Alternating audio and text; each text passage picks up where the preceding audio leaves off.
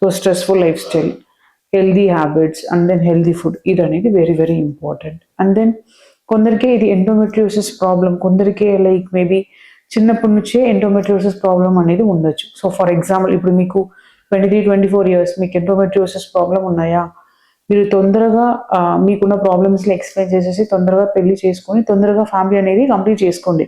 ఎందుకంటే మీకు endometriosis problem ఉంటే నంబర్ ఆఫ్ ఎగ్స్ తగ్గుతుంది అండ్ దెన్ ఫైనలీ మీకు ఐవీఎస్ అవసరం పడవచ్చు.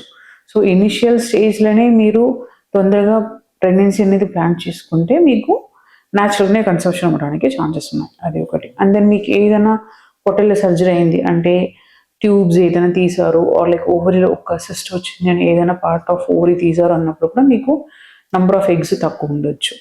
అండ్ దెన్ కొందరికి క్యాన్సర్ ట్రీట్మెంట్, రేడియోథెరపీ, కీమోథెరపీ అట్లా ఉన్నప్పుడు కూడా నంబర్ ఆఫ్ ఎగ్స్ తగ్గడానికి ఛాన్సెస్ ఉన్నాయి. సో మేజర్గా చెప్పాలి అంటే స్ట్రెస్ఫుల్ లైఫ్ స్టైల్, కొన్ని జెనెటికల్ రీజన్స్, ఎండోమెట్రియోసిస్ దీనివల్ల వస్తుంది అనమాట. But most of the time exactly A reason అనేది రీజనే ఉండవన్నమాట. సో మీకు ఎగ్స్ తక్కువ ఉన్నాయని ఎప్పుడైనా ఎవరైనా చెప్తే ఖచ్చితంగా మీరు ఈఎంహెచ్ని ఒక బ్లడ్ టెస్ట్ చేసుకోండి. మీరు ట్రీట్మెంట్కి ముందు వెళ్ళడం ఇట్స్ ఆల్వేస్ బెటర్ ఆప్షన్.